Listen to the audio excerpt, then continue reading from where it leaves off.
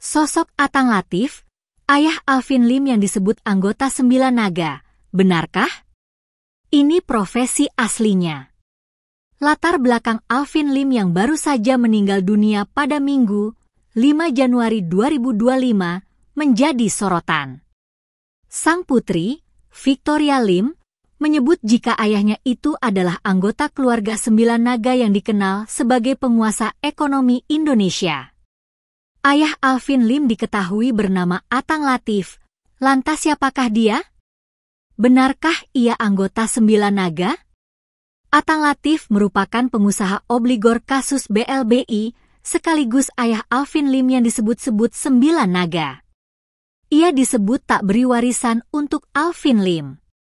Soal warisan Atang Latif ini diungkap oleh anak mendiang Alvin Lim, Kate Victoria Lim. Victoria Lim mengatakan Alvin Lim dulu hidup sulit karena tak dapat warisan.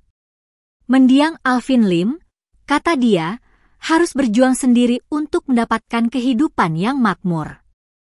Papi aku seringkali ngomong di TikTok Sembilan Naga, ujar Kate Victoria Lim dalam kesaksiannya ketika ibadah penghiburan di rumah duka Grand Haven, Pluit, Jakarta Utara, Senin, 6 Januari 2025. Tetapi papi aku nggak dapat warisan sama sekali, ujar Kate Victoria. Dengan kondisi tersebut, Alvin Lim pun harus bekerja keras untuk kehidupannya dan keluarga. Gadis 17 tahun itu juga menyebutkan perjuangan sang ayah yang hidupnya jauh dari kata enak. Mengutip dari Wikipedia, ayah Alvin Lim diketahui bernama Atang Latif atau Lau Chin Ho alias Apyang. Atang Latif adalah seorang tokoh ekonomi dan bisnis di Indonesia. Walau begitu, Atang Latif diketahui tak masuk dalam daftar Sembilan Naga.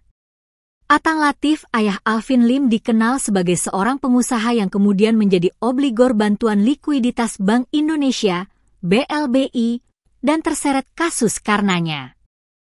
Kasus yang bermula dari niatan pemerintah meremajakan sejumlah bank nasional dengan meminta bantuan finansial dari IMF pada 1998 tersebut berujung penggelapan oleh sejumlah debitor, termasuk Atang Latif, yang berperan dalam penyebaran aliran dana.